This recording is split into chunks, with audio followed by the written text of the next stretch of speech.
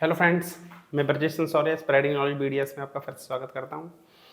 हमारा बहुत ही important topic चल रहा है जिसका नाम है तुक्का कैसे लगाया जाता है एमसीक्यू के लिए शॉर्ट ट्रिक, जिसके पार्ट 12 तो मैं ऑलरेडी करा चुका हूं। पार्ट नंबर 13 को लेकर मैं फिर से हाजिर हूं।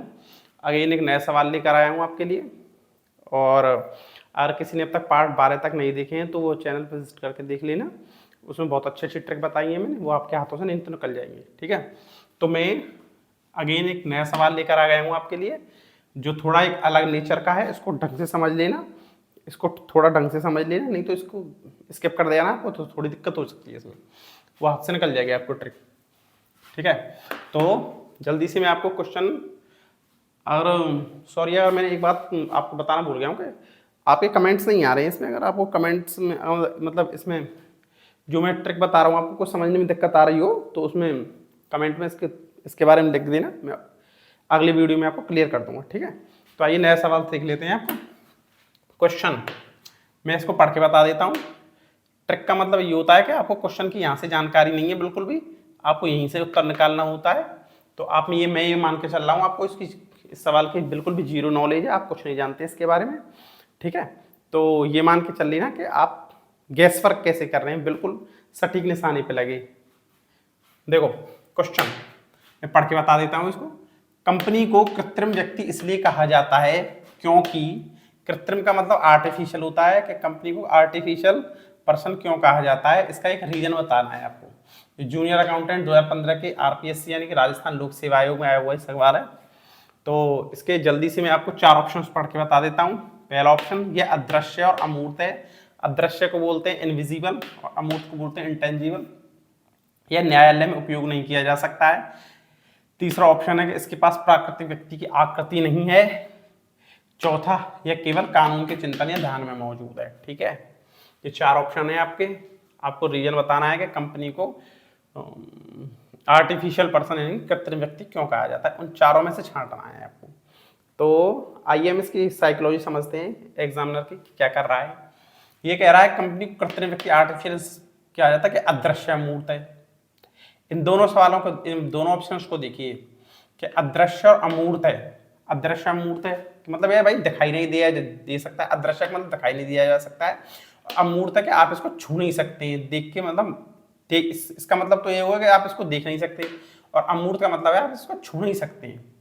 ठीक है, मतलब ये आपको यहाँ से गुमराह कर रहा है। इसके पास प्राकृतिक व्यक्ति यानी कि नेचुरल पर्सन की आकृति नहीं है, इसके पास शेप नहीं है नेचुरल व्यक्ति की।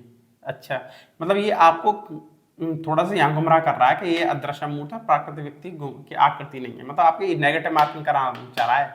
बड़ी शातिराना ढंग से इसने 4 ऑप्शन रखे, 2 ऑप्शन रखे, मतलब बच्चे इसमें फंस जाएं। ठीक है, तो मैं आपके एक लिए एक चीज दिखाना चाहता हूँ कि ये क्या लिख रहा है। देखो यह इसके दिमाग में तीनों मतलब तीनों वर्ड जो आए ना, यह, तो इसका मतलब ये है कि इसके जो दिमाग में ये जो चल रहा है ना यह, तो ये कॉमन सेंस की बात है। आप साइकोलॉजी समझिए इसकी। यह से 3 बार शुरू कर रहा है, मतलब इसने जो इसके दिमाग में एक सही आंसर होगा, 3 गलत होंगे, लेकिन फिर भी यह से शुरू कर रहा है, मतलब दिस से शुरू कर रहा है। तो कोई ना कोई तो रीजन होता है ना साइकोलॉजी का। हमने तो नहीं कहा है कि तुम 4 ऑप्शन ये पर रखो, इसने खुद नहीं तो एक सही होगा और 3 अपने मन से बना के रखें। तो क्यों आ रहा है फिर बार बार में ये, तो कोई ना कोई रीजन तो होता ही है ना साइकोलॉजी का। तो इसका मतलब ये है कि इसके दिमाग में कहीं ना कहीं यह से जो भी शुरू वाला वाक्य है तो कहीं ना कहीं यह से ही शुरू हो रहा होगा। तो हम ये मान लेंगे कि इसके नहीं होगा इसका आंसर, ये वाला, ये मान के चल लेंगे। ठीक है, मतलब यह से ही शुरू कर रहा है इस सही वाले आंसर को। ठीक है, ओके। अब देखिए ये क्या लिख रहा है कि यह न्यायालय में उपयोग नहीं किया जा सकता। न्यायालय का मतलब क्या है, इसकी इंग्लिश बनाता हूं मैं आपको। It can not be used in the court of law. ठीक है, अब ये न्यायालय का मतलब ये है ना, कोर्ट है। अब एक कानून है, अब इसकी इंग्लिश बनाता हूं। यह केवल कानून के चिंतन या ध्यान में मौजूद है। It exists only in the contemplation of law. तो देखो ये भी लॉ है, ये भी लॉ, ये मतलब इनमें क्या बोलते हैं, इनमें न्यायालय जो शब्द आया, न्यायालय, कानून, कोर्ट वोट, तो कॉमन सेंस की बात है। इन दोनों में से कोई एक जवाब इसके जवाब में दिमाग में चल रहा है, यही तो बात है इसके दिमाग में। इन दोनों में से कोई एक आंसर चल रहा है इसके दिमाग में। क्यों? क्योंकि बार बार कानून क्यों आया है भाई, कोर्ट वाला शब्द कहाँ से आ गया है बार बार इसके दिमाग में? इन दोनों में तो आया ही नहीं ऐसा।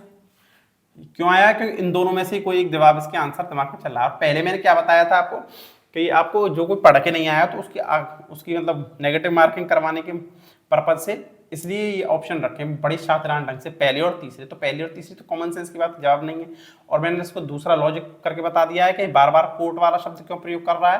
क्यों? क्योंकि इसके दिमाग में इन दोनों में से कोई एक आंसर है, तो कॉमन सेंस की बात है तीसरा वाला ऑप्शन गलत है और पहला वाला गलत है। ठीक है, अब इन दोनों में से हमें कोई एक आंसर निकालना है, दूसरा या चौथा। दूसरा चौथे में से कौन सा आंसर होगा? अब मैं आपकी एक अभी तक मैंने बताई नहीं है, एक अलग से ही साइकोलॉजी बताना चाहता हूँ एग्जामिनर की, क्या है इसका उत्तर, कैसे आप इसके शातिराना दिमाग को पकड़ेंगे। देखिए ये क्या लग रहा है, यह केवल कानून के चिंतन या ध्यान में मौजूद है। अब भाई एक बात बताओ, ये यूं भी तो लिख सकता था कि यह केवल कानून के चिंतन में मौजूद है। क्यों लिखा है इसने ध्यान? ऐसा भी तो लिख सकता था कि यह केवल कानून के ध्यान में मौजूद है, चिंतन भी नहीं लिख सकता था। मतलब मत लिखता तो क्या फर्क पड़ जाता, ये डायरेक्ट लिख देता यह केवल कानून के चिंतन में मौजूद है, या फिर यह केवल कानून के ध्यान में मौजूद है, एक ही अक्षर लिख देता। इन दोनों में से क्या जरूरत है इन दोनों को लगाने की? तो कॉमन सेंस की बात है कि जब भी वो आपको ऐसे या वाला जो ऑब्लिक वाला ये निशान लगा देता है ना, ये वाला, तो कॉमन सेंस की बात होती है कि ये उसके दिमाग में उत्तर होता है। क्यों? क्योंकि वो क्या करता है कि जो आंसर सही होता है ना, उसके दिमाग में जो भी आंसर सही चल रहा होता है, तो वो क्या करता है उसकी ढंग से व्याख्या, उसका स्पष्टीकरण यानी कि एक्सप्लेनेशन ढंग से ही करता है। क्यों? क्योंकि वो एक सही उत्तर है, तो कोई ना कोई एम्बिगिलिटी यानी कि दो अर्थ नहीं निकल जाए एक ही वाक्य के, इसलिए उस लाइन को बहुत ढंग से स्पष्टीकरण करता है। उसके लिए सजा सजा के शब्द चिन्हों का प्रयोग करता है, एक ही अक्षर को बार बार रिपीट, एक ही अर्थ देने वाले दो अक्षरों को रिपीट करता है। क्यों? क्योंकि उसको उसका मेन पर्पज होता है कि जो उत्तर सही होता है, वो ऑप्शन, जो वाला ऑप्शन सही होता है, उसको बिल्कुल स्पष्टीकरण दे देता है ढंग से, जिससे कि कोई यार वाद विवाद नहीं हो। अर्थ का अनर्थ कर जाएगा तो पीछे बच्चे इसका ऑब्जेक्शन उठाएंगे कि भाई यार ये तो गलत है, ये तो सरासर इसका तो अर्थ ही कुछ और निकल गया। तो इसका मेन पर्पज यही है कि ये कहना चाह रहा है कि मतलब इस बार लाइन को स्पष्टीकरण, ये ऑब्लिक वाला जो चिन्ह लगा दिया है ना, ये ऑब्लिक वाला, इसका मतलब ये है कि इसके दिमाग में यही वाला आंसर चल रहा है। क्यों चल रहा है साहब? क्योंकि इसने बिल्कुल एक तरीके से लाइन को स्पष्टीकरण करके लिख दिया है। एक मिनट में ध्यान एक चीज देख लेता हूँ, रुक जाओ। हाँ ओके ठीक है। तो इसका मतलब यही है कि इसके दिमाग में ये वाला आंसर चल रहा है, तभी तो इसने कहा है ना ये वाला। ठीक है, तो कॉमन सेंस की बात है कि ये वाला ऑप्शन इसके दिमाग में नहीं है, ये वाला ऑप्शन बिल्कुल ओके है, चौथा वाला ऑप्शन बिल्कुल करेक्ट है।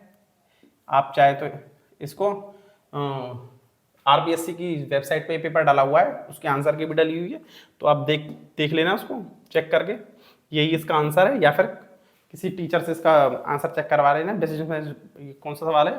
हाँ, बिजनेस मैनेजमेंट यानी बिजनेस ऑर्गेनाइजेशन, व्यावसायिक प्रबंधन का सवाल है कॉमर्स का, तो उसका कॉमर्स के किसी टीचर से इसका जवाब पूछ लेना, यही बिल्कुल आंसर है इसका। ठीक है, और क्या बताना चाहा था? हाँ, और कोई बताने वाली बात है ही नहीं इसमें। तो फिलहाल मैं इस वाले पार्ट में यहीं तक विराम दे देता हूँ इसको। और अगर कोई समझने में दिक्कत आ रही हो तो मुझे मतलब क्या बोलते हैं इसको, कमेंट करके बता देना, मैं एक्सप्लेनेशन कर दूंगा आगे आपको इस बारे में। ठीक है, तो अगर चैनल पसंद आ रहा है या फिर सेशन पसंद आया तो लाइक शेयर कर देना दूसरों के पास, जिससे थोड़ा चैनल ग्रूम करे, औरों के पास भी पहुँचे ट्रिक्स। ठीक है, तो मैं दूसरे पार्ट की कोई तैयारी करता हूँ, तो कोई नई ट्रिक बताऊँगा आपको कोई बताने के लिए। तो ठीक है, जब तक के लिए धन्यवाद। आप प्रैक्टिस करते रहें। धन्यवाद।